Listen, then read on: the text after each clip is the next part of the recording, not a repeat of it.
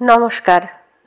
আজকের ছোট গল্প প্রভাবতী সম্ভাষণ লিখেছেন ঈশ্বরচন্দ্র বিদ্যাসাগর। বৎসে প্রভাবতী, তুমি দয়া, মমতা ও বিবেচনায় বিসর্জন দিয়া এ জন্মের মতো সহসা সকলের দৃষ্টিপথের বহির্ভূত হইয়াছ। কিন্তু আমি অনন্য চিত্ত হইয়া অবিচলিত স্নেহভরে তোমার চিন্তায় নিরন্তর এরূপ নিবিষ্ট থাকি যে তুমি এক মুহূর্তের নিমিত্ত আমার দৃষ্টিপথের বহির্ভূত হইতে পারো নাই। প্রতিক্ষণেই আমার স্পষ্ট প্রতীতি হইতেছে যেন তুমি বসিয়াছ, আমায় অন্য মনে চলিয়া যাইতে দেখিয়া।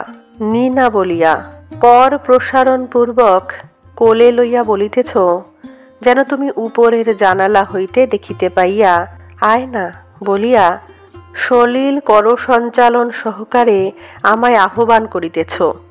যেন আমি আহার করিতে গিয়া আসনে উপবিষ্ট হইয়া তোমার পূজ্যপাদ পিতামহ দেবীকে প্রভাবতী কোথায় এই জিজ্ঞাসা করিতেছি। তুমি শ্রবণমাত্র সত্বর পদসঞ্চারে আসিয়া এই আমি এসেছি বলিয়া প্রফুল্ল বদনে আমার ক্রোড়ে উপবেশন করিতেছ।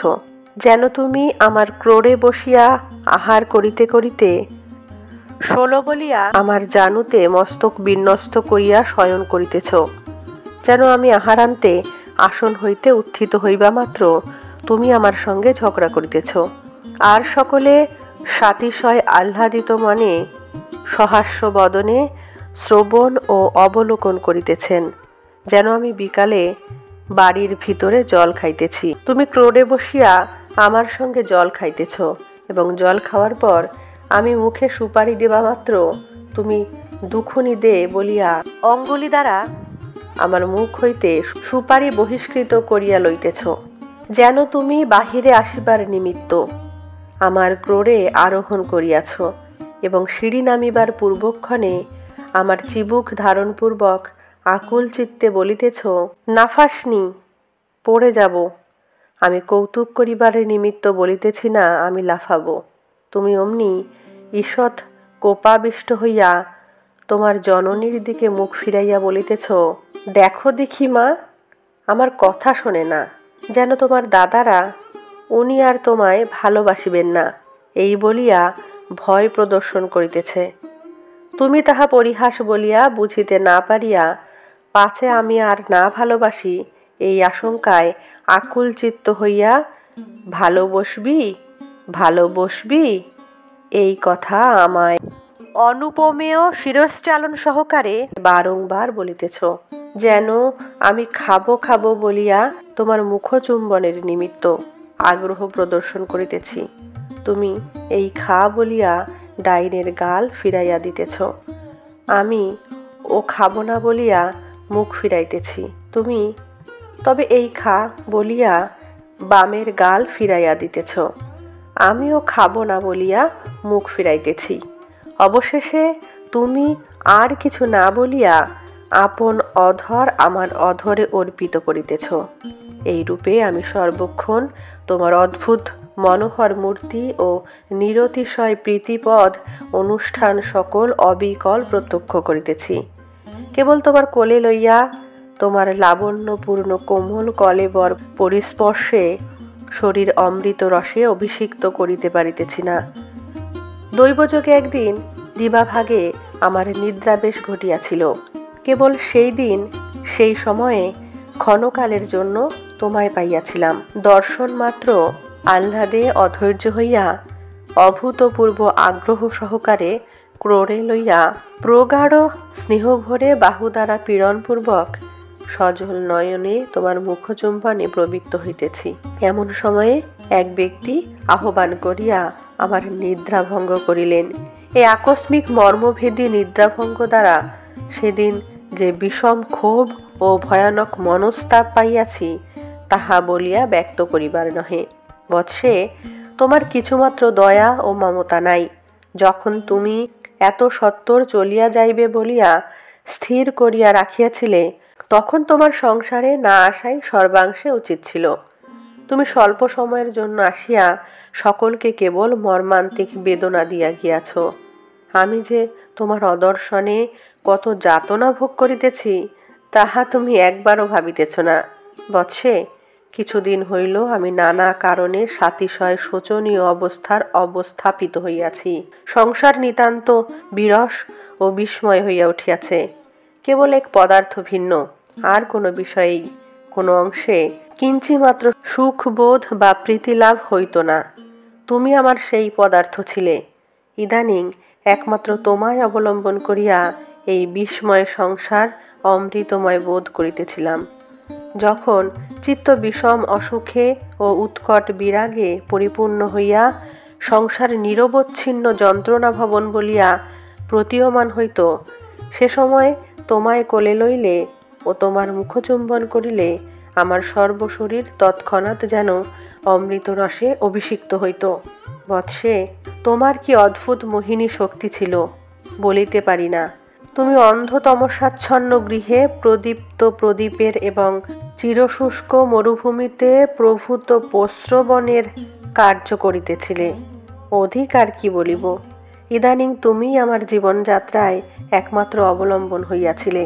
সুতরাং তোমার অসৎভাবে আমার কীদৃশ শোচনীয় অবস্থা ঘটিয়াছে তাহা তুমি ইচ্ছা করিলে অনায়াসে স্বীয় অনুভব পথে উপনীত করিতে পারো।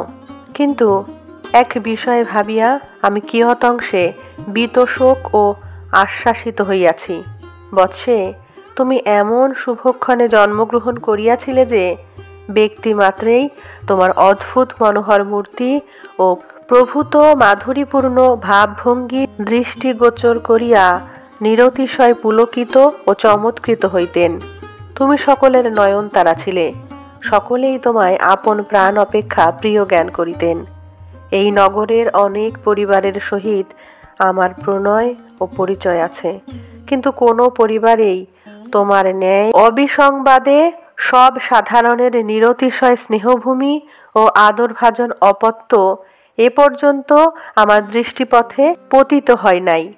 তুমি যে স্বল্পকাল সংসারে ছিলে তাহা আদরে আদরে অতিবাহিত করিয়া গিয়াছে।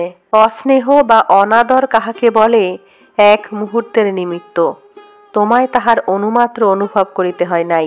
কিন্তু এই নৃশংস সংসারে দীর্ঘকাল অবস্থিতি করিলে উত্তরকালে তোমার ভাগ্যে কি ঘটত তাহার কিছুমাত্র স্থিরতা নাই। হয়তো ভাগ্যগুণে সৎ পাত্রে প্রতিপাদিত্য ও সৎ পরিবারে প্রতিষ্ঠাতা হইয়া অবিচ্ছিন্ন সুখ সম্ভোগে কাল হরণ করিতে, নয়তো ভাগ্যদোষে অসৎ পাত্রের হস্তগতা ও অসৎ পরিবারের করাল কবলে পতিতা হইয়া অবিচ্ছিন্ন দুঃখ সম্ভোগে কালাতিপাত করিতে হইত। যদি পরম যত্নে ও পরম আদরে পরিবর্ধিত করিয়া পরিশেষে তুমি অবস্থার বৈগুণ্য নিবন্ধন দুঃসহ ক্লেশ পরম্পরায় কালযাপন করিতেছ, ইহা দেখিতে হইত, তাহা হইলে আমাদের হৃদয় বিদীর্ণ হইয়া যাইত। বোধ হয় তোমার অতর্কিত অন্তর্ধান নিবন্ধন যাতনা অপেক্ষা সে যাতনা বহু সহস্র গুণে গরীয়সী হইত। তুমি স্বল্পকালে সংসার ব্রতের উদযাপন করিয়া আমাদের সেই সম্ভাবিত অতি বিষম আন্তরিক যাতনাভোগের সম্পূর্ণ রূপ অপসারণ করিয়াছ।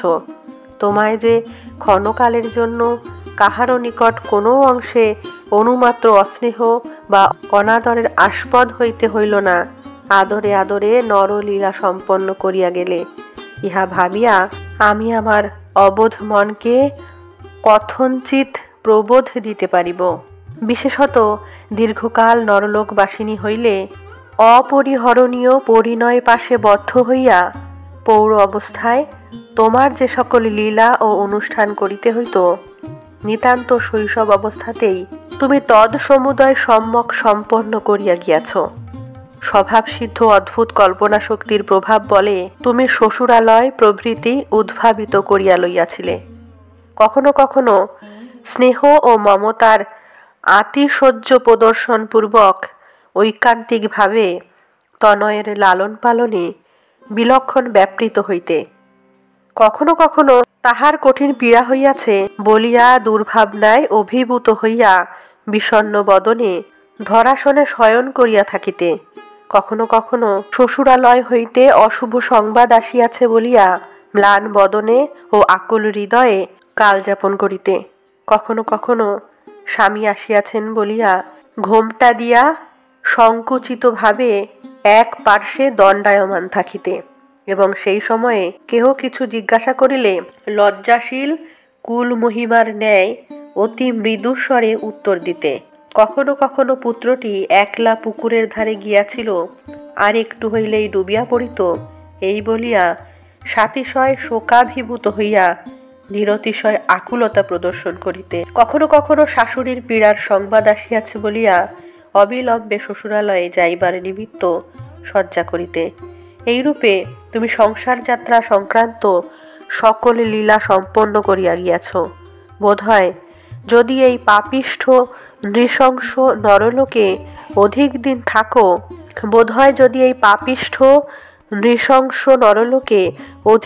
থাকো, উত্তরকালে বিবিধ যাতনাভোগ একান্ত অপরিহার্য, ইহা নিশ্চিত বুঝিতে পারিয়াছিলে। এই জন্যই ঈদৃশ স্বল্প সময়ে যথাসম্ভব সাংসারিক ব্যাপার সকল সম্পন্ন করিয়া সত্বর অন্তর্হিত হইয়াছ। তুমি স্বল্পকালে নরলোক হইতে অপসৃত হইয়া আমার বোধে অতি সুবোধের কাজ করিয়াছ। অধিক কাল থাকিলে আর কি অধিক সুখভোগ করিতে? হয়তো অদৃষ্ট বৈগুণ্যবশত অশেষবিধ যাতনাভোগের এক শেষ ঘটিত।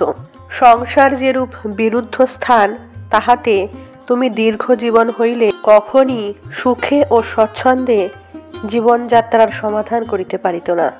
কিন্তু এক সময়ে আমার হৃদয়ে নিরতিশয় ক্ষোভ জন্মিয়া রহিয়াছে। অন্তিম পীড়াকালে তুমি উৎকট পিপাসায় সাতিশয় আকুল হইয়া জলপানের নিমিত্ত নিতান্ত লালায়িত হইয়াছিলে, কিন্তু অধিক জল দেওয়া চিকিৎসকের মতানুযায়ী নয় বলিয়া তোমায় ইচ্ছানুরূপ জল দিতে পারি নাই। ঔষধ সেবনান্তে কিঞ্চিৎ দিবার পর আকুল বচনে আর খাবো বলিয়া জলের নিমিত্ত যৎপরনাস্তি লালসা প্রদর্শন করিতে, কিন্তু ইচ্ছানুরূপ জল প্রদানের পরিবর্তে তোমায় কেবল প্রবঞ্চনা বাক্যে সান্ত্বনা প্রদানের চেষ্টা করিতাম। যদি তৎকালে জানিতে পারিতাম তুমি অবধারিত পলায়ন করিবে, তাহা হইলে কখনোই তোমার পিপাসার যন্ত্রণায় অস্থির ও কাতর হইতে দিতাম না।